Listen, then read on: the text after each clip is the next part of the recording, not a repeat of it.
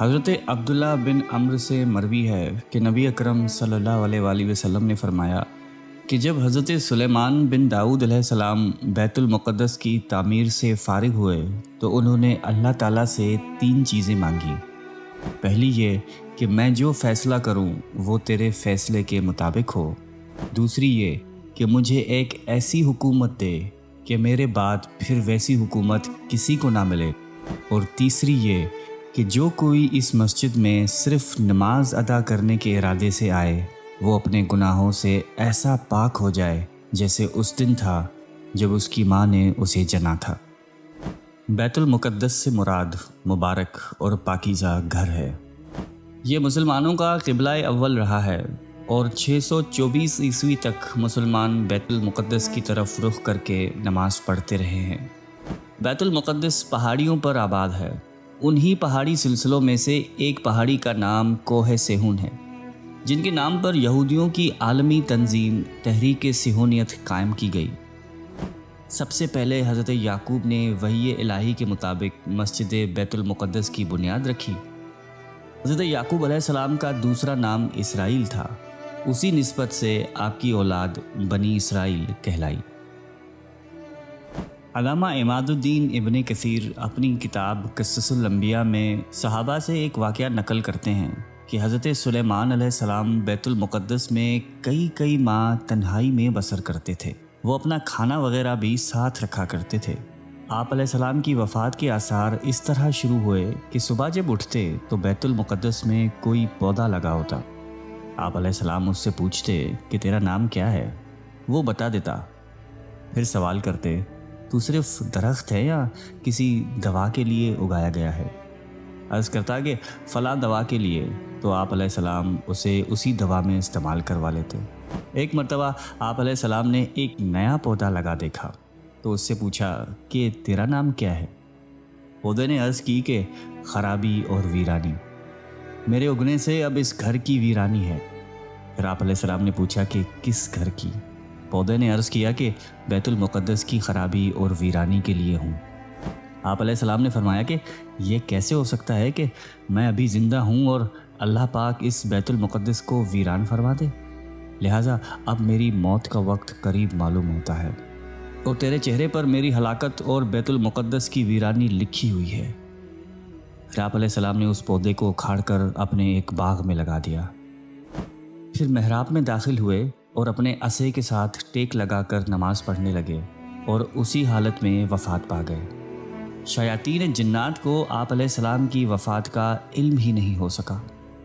حضرت سلیمان علیہ السلام کی وفات کا تذکرہ قرآن کریم میں اللہ تعالیٰ نے یوں فرمایا ہے کہ پھر جب ہم نے سلیمان علیہ السلام پر اجل کا حکم صادر فرمایا تو ان جنات کو ان کی وفات پر کسی نے آگہی نہ دی سوائے زمین کی دیمک کے، جو ان کے عصے کو کھاتی رہی۔ پھر جب آپ علیہ السلام کا جسم زمین پر آ گیا تو جنات پر ظاہر ہو گیا کہ اگر وہ غیب جانتے تو اس ذلت انگیز عذاب میں نہ پڑے رہتے۔ مفسرین لکھتے ہیں کہ حضرت سلیمان علیہ السلام کی زندگی ہی میں بنی اسرائیل میں یہ خود ساختہ گمراہی شروع ہو گئی تھی کہ نعوذ باللہ حضرت سلیمان علیہ السلام کا سکھایا ہوا علم سحر ہے، اور نعوذ باللہ حضرت سلیمان علیہ السلام اس جادو ہی کی وجہ سے اتنی بڑی حکومت کے مالک تھے۔ قرآن مجید نے بنی اسرائیل کے لگائے ہوئے اس بہتان کی مدلل تردید کی اور حضرت سلیمان علیہ السلام کے پیغمبرانہ عظمت کو نمایاں اور روشن کرتے ہوئے بتایا کہ حضرت سلیمان علیہ السلام کا دامن جادو کی نجاست سے پاک ہے۔ اس کے ساتھ ہی بنی اسرائیل نے یہ کہنا شروع کر دیا تھا کہ جنات علم غیب جانتے ہیں۔ چنانچہ جب حضرت سلیمان علیہ السلام کو اس کا علم ہوا تو انہوں نے شیاطین کے ان تمام نوشتوں کو حاصل کر کے اپنے تخت کے نیچے دفن کر دیا تاکہ جن و انس میں سے کسی کو بھی وہاں تک پہنچنے کی جرت نہ ہو سکے، اور ساتھ ہی یہ فرمان جاری کر دیا کہ جو شخص سحر کرے گا یا جنات کے متعلق علم غیب کا عقیدہ رکھے گا تو اسے اس جرم میں قتل کر دیا جائے گا۔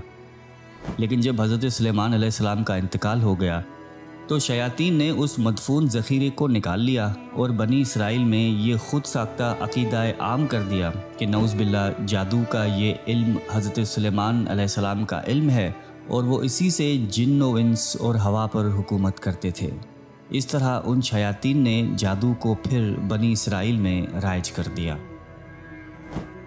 مولانا احمد رضا خان بریلوی کنز الایمان میں بیان فرماتے ہیں کہ حضرت سلیمان علیہ السلام نے بارگاہ خداوندی میں یہ دعا مانگی تھی کہ ان کی وفات کا حال جنات پر ظاہر نہ ہو، تاکہ انسانوں کو معلوم ہو جائے کہ جن غیب نہیں جانتے۔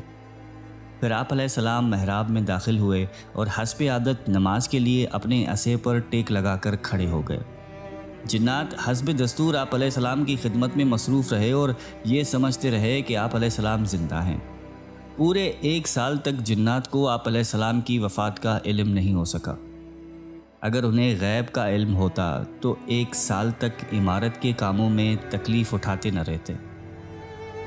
ابو داؤد شریف میں حضرت خثیمہ رضی اللہ تعالیٰ عنہ سے مروی ہے کہ حضرت سلیمان بن داؤد علیہ السلام نے ملک الموت سے کہا کہ جب تیرا ارادہ میری روح قبض کرنے کا ہو تو مجھے اس کے متعلق پہلے سے بتا دینا۔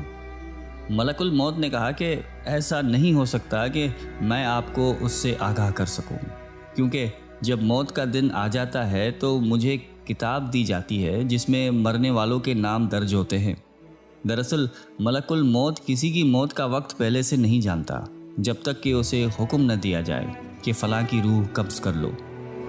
حضرت عبد الرحمن بن زید رضی اللہ تعالیٰ عنہ سے مروی ہے کہ حضرت سلیمان کے پاس ملک الموت آئے اور کہا کہ مجھے آپ کی روح قبض کرنے کا حکم ملا ہے۔ اب آپ علیہ السلام کے پاس چند گھڑیاں ہیں۔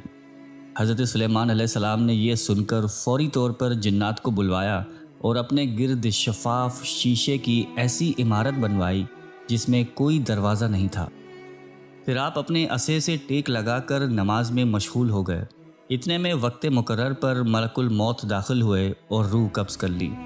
شیاطین آپ کو دیکھتے کہ عبادت میں مصروف ہیں اور کام پر لگے رہتے۔ پھر اللہ نے گھن لگانے والے کیڑے کو بھیجا جو لاٹھی کو کھاتا رہا حتیٰ کہ اندر سے وہ کھوکھلی ہو گئی اور حضرت سلیمان کا بوجھ نہ سنبھال سکی اور وہ گر گئے۔ ایک شیطان ہمت کر کے کسی طرح اندر داخل ہوا اور آپ علیہ السلام کو اس حال میں دیکھا تو فوراً باہر نکلا اور سب کو خبر دی کہ حضرت سلیمان علیہ السلام تو کب کے وفات پا چکے ہیں۔ لوگوں نے دیکھا کہ لاٹھی کو زمینی کیڑا یعنی گھن لگ گیا ہے، لیکن اب یہ پتہ نہیں لگ رہا کہ وفات کو کتنا عرصہ ہو چکا ہے۔ لہٰذا انہوں نے زمینی کیڑے یعنی دیمک کو ایک دوسری لاٹھی پر رکھا جو دن رات اس کے کچھ حصے کو کھاتا رہا۔ اس حساب سے پتہ چلا کہ آپ علیہ السلام 1 سال پہلے وفات پا چکے تھے۔ آپ علیہ السلام کی بادشاہت 40 سال تک رہی اور 53 سال کی عمر میں آپ کا انتقال ہوا۔ اس سبق آموز واقعے سے یہ ثابت ہوتا ہے کہ موت سے کوئی بھی محفوظ نہیں، خواہ وہ کتنے ہی بڑے منصب پر فائز ہو یا کوئی نہایتی اہم و ضروری کام سر انجام دے رہا ہو۔ وقت معینہ پر سب کو موت کا مزہ چکھنا ہے۔ اللہ تعالیٰ کے کام کسی کی وفات سے رکتے نہیں ہیں۔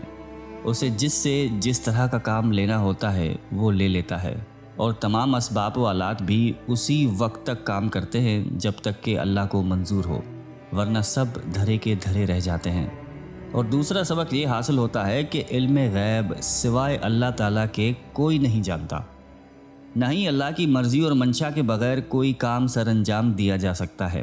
چنانچہ وہ تمام بناوٹی روحانی عامل اور جھوٹے ماہرین جو اس بات کا دعویٰ کرتے ہیں کہ ان کے قابو میں ایسے جنات و شیاطین ہیں جو غیب کا علم جانتے ہیں اور معصوم سادہ لو انسانوں کو آنے والے خوفناک حالات بتا کر اپنے دام فریب میں پھنسا دیتے ہیں، جان لے کہ بہت جلد وہ دوزخ کی آگ کا ایندھن بنیں گے۔